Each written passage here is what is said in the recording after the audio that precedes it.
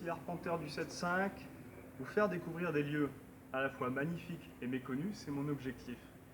Si je vous dis le jardin des Tuileries, le Champ de Mars, le Moulin Rouge, tout ça c'est très beau, on ne peut pas le contester. Mais n'importe quel guide vous le recommandera, n'importe quelle personne de votre famille vous le recommandera si vous voulez visiter Paris. Mon but c'est de vous montrer des lieux plus atypiques, moins connus, mais tout aussi magnifiques. Ici on est dans le 20e arrondissement, à l'intersection du cimetière du Père-Lachaise. Donc voici un accès, une porte qui ferme à 18 h en été. Intersection donc avec le jardin naturel Pierre-Emmanuel. Donc c'est pas un jardin facile d'accès, parce qu'il est au bout d'une impasse. Il faut remonter la rue de la Réunion en fait, et ça mène à rien en fait. Donc voilà, c'est vraiment un jardin qu'on ne peut pas croiser par déambulation, par hasard, il faut connaître un peu. Donc c'est un jardin vraiment atypique, vous allez voir. Rien à voir avec les jardins à la française, comme le parc Monceau par exemple. Voilà, où tout est tondu nickel, avec des petites barrières pour délimiter les parterres fleuris. Rien à voir avec ces arbres taillés géométriquement dans les jardins à la française. Ces fontaines, ces bassins carrés, purgés, chlorés. Non, là, on a quelque chose qui est vraiment l'inverse en termes de paysage. Donc pour commencer déjà, voilà, je vous emmène dans le lieu qui normalement est le plus ensoleillé donc du jardin. Ici, alors là il est tard, il est presque 20 h donc il n'y a plus de soleil. Mais pour autant, en journée c'est plutôt ensoleillé, alors que le reste est à l'ombre. Donc ici on peut voir vraiment des herbes, des graminées qui peuvent atteindre jusqu'à 2 mètres de haut. Très sec, bon c'est la canicule. Mais voilà, il n'y a pas de tonte, c'est gestion très extensive du paysage, vraiment peu de tonte. Les mauvaises herbes, ici un chardon, ont droit de citer.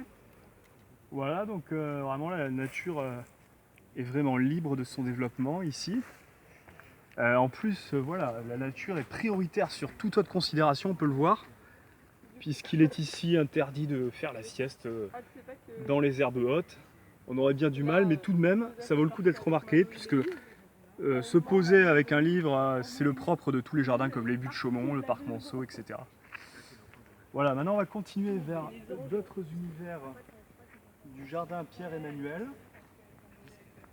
Là on a vu un petit peu la pelouse sèche, on l'appelle comme ça. Et en fait c'est un jardin qui est très segmenté, je vous incite à regarder le plan du jardin, très segmenté entre les différentes zones paysagères qui chacune ont leur spécialité. Mais qui ne sont pas forcément très communes en ville. Par exemple ici on a la zone friche urbaine, voilà. Donc on recrée la végétation qui se fait quand une maison devient désaffectée ou alors une usine devient désaffectée. Des ronces, du lierre qui monte, bon là c'est des arbres mais ça pourrait être les murs. Voilà un petit peu pour l'autre zone du jardin Pierre-Emmanuel. Donc on va continuer pour observer une autre zone, et peut-être qui est à vous d'en juger, mais moi je dirais que c'est la plus intéressante. C'est la zone humide, comme on peut voir ici. On a un bassin aquatique, vraiment ici un petit peu ensoleillé aussi, qui regorge de vie, ce bassin aquatique.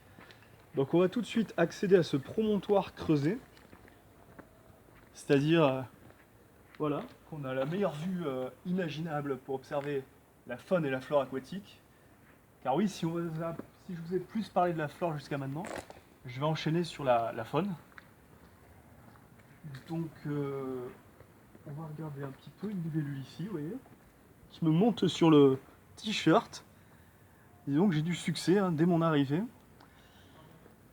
Alors ici, comme on peut le voir, on a des herbes hautes vraiment envahissantes, des herbes, enfin de la végétation aquatique, on va dire.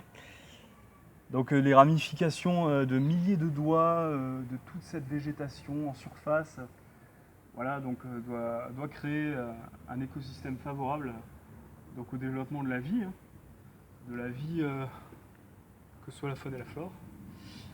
Mais on va en voir quelques exemples maintenant. Donc tout à l'heure, je suis passé là, j'ai vu une grenouille.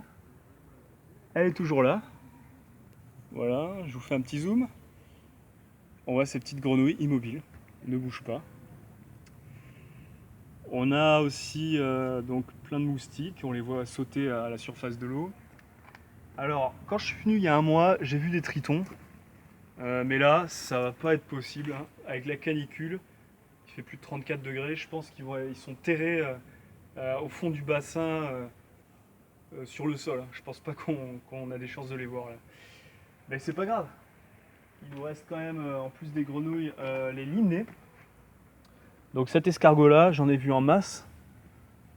Alors, il a une coquille en forme un peu de celle de Bernard l'ermite.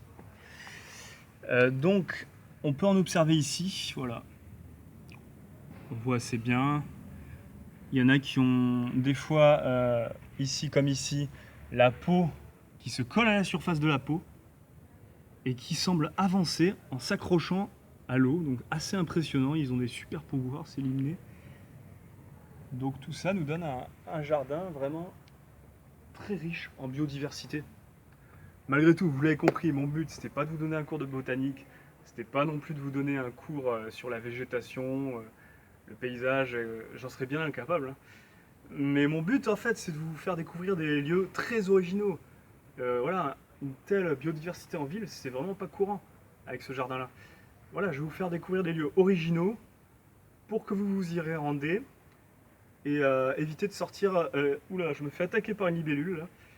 Et éviter de rester dans les sentiers battus du tourisme de masse, mais vraiment les endroits magnifiques, pas forcément énormes, hein, small is beautiful, mais des endroits qui ont vraiment de la gueule, mais qui sont pas très connus. Bref, c'était l'arpenteur du 7.5. Je vous incite à créer la communauté, à développer la communauté, que vous soyez arpenteur du 7.5 comme moi, ou alors arpenteur du 19, arpenteur du 32, de la ville de Marseille, de la ville de Lyon. On a beaucoup à explorer ensemble. Voilà, c'était l'arpenteur du 7.5. Bonne journée, abonnez-vous. À bientôt. Au revoir.